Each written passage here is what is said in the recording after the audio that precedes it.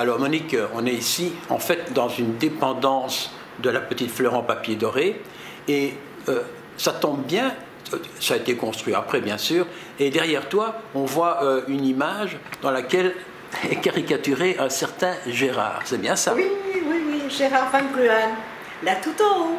Et Gérard, c'était qui ça? C'est le fondateur, le créateur de la fleur en papier doré, tel qu'elle est encore relativement maintenant. Moi j'ai vu des surnoms de Gérard et qui font qu'on doit absolument en parler. Donc on disait le petit Gérard, Gérard la crapule, oui. Gérard le brocanteur, Gérard l'absolu.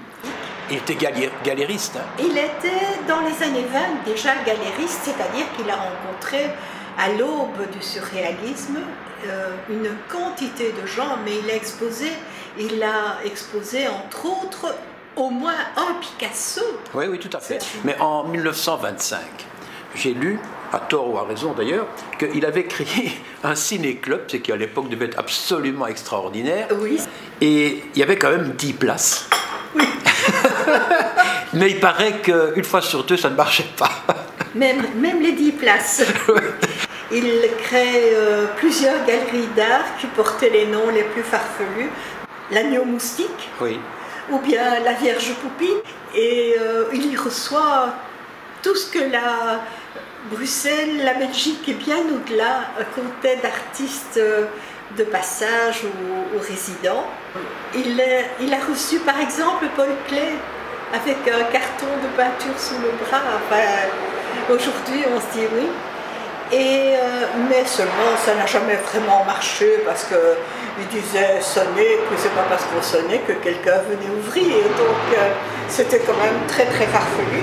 Et lui s'installe légalement, officiellement en 1947, mais il errait probablement depuis 1944 déjà dans la maison. Et il a amené avec lui vraiment tout un monde de surréalistes. Tous ses copains, quoi. Tous ses copains, mais aussi, par exemple, d'Autremont, Alechinsky qui crée Cobra. Oui, oui, tout à fait. Mais je pensais ceci, il y a une très grande... une photographie sur un mur, oui, dans laquelle on revoit toute une série de gens qui sont devenus extrêmement célèbres. Oui. Eh bien, d'abord, je vais dire qu'elle date de mars 1953 et que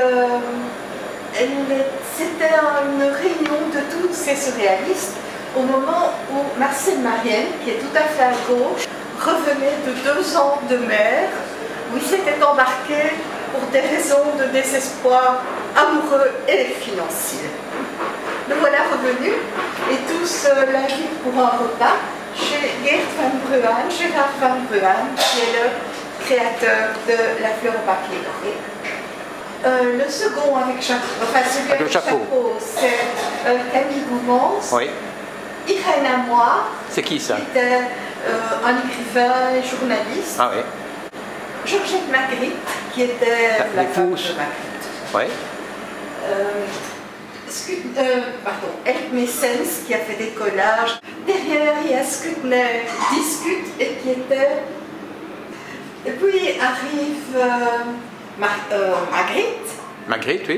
Et enfin Goumans, qui était aussi un écrivain galériste. Oui. Mais il me semble que sur cette photo, il manque quelqu'un. Oui, il manque Albert Beeldens. Nous possédons 9 tableaux d'Albert Beeldens, qui n'est pas un grand artiste, mais un sympathique bonhomme, enfin un personnage avec une famille encore présente. Folklorique. Hein. Folklorique, ah oui, toute la famille fait dans le folklore, comme on dirait à Bruxelles.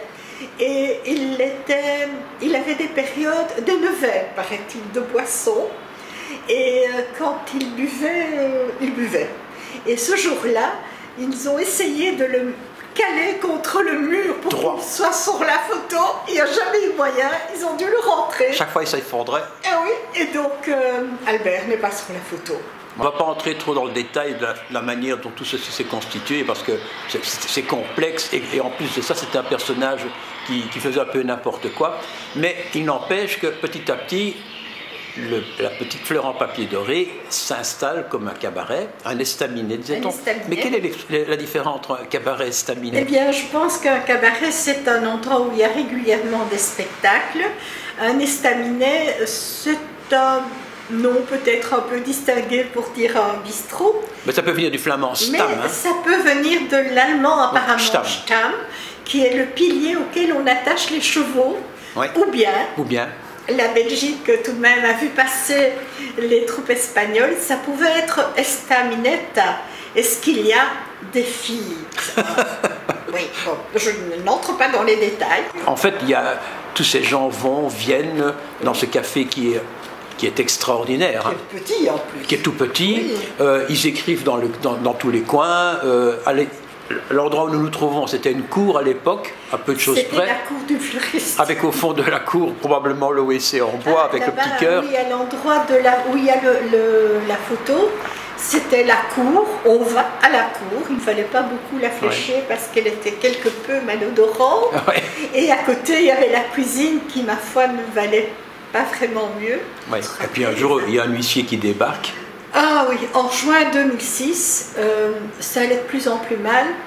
Le lieu était de plus en plus... Délabré aussi. Hein. Délabré, disons-le. La faillite avait été... Ça fait penser au Dollemol de Bucquois, je trouve. Oui, mais il y a de ça. Hein. Mais je trouve que ce qui est incroyable, c'est que quand on rentre dans l'estaminet, on dit, ici, il n'y a rien qu'à changer depuis le Pléistocène, quoi. Hein. Et en fait... Tout a été refait. Tout a été nettoyé, mais si on bouge un cadre, on voit que c'est blanc en dessous. Donc les 418 brôles, ouais. Tableaux, objets, recollés parfois, enfin... tout ça a été refait. Ont été mis pendant des mois en garde-meubles et ont été remis exactement à leur place. Donc c'est de la reconstitution historique. Hein. Très sérieuse, vraiment.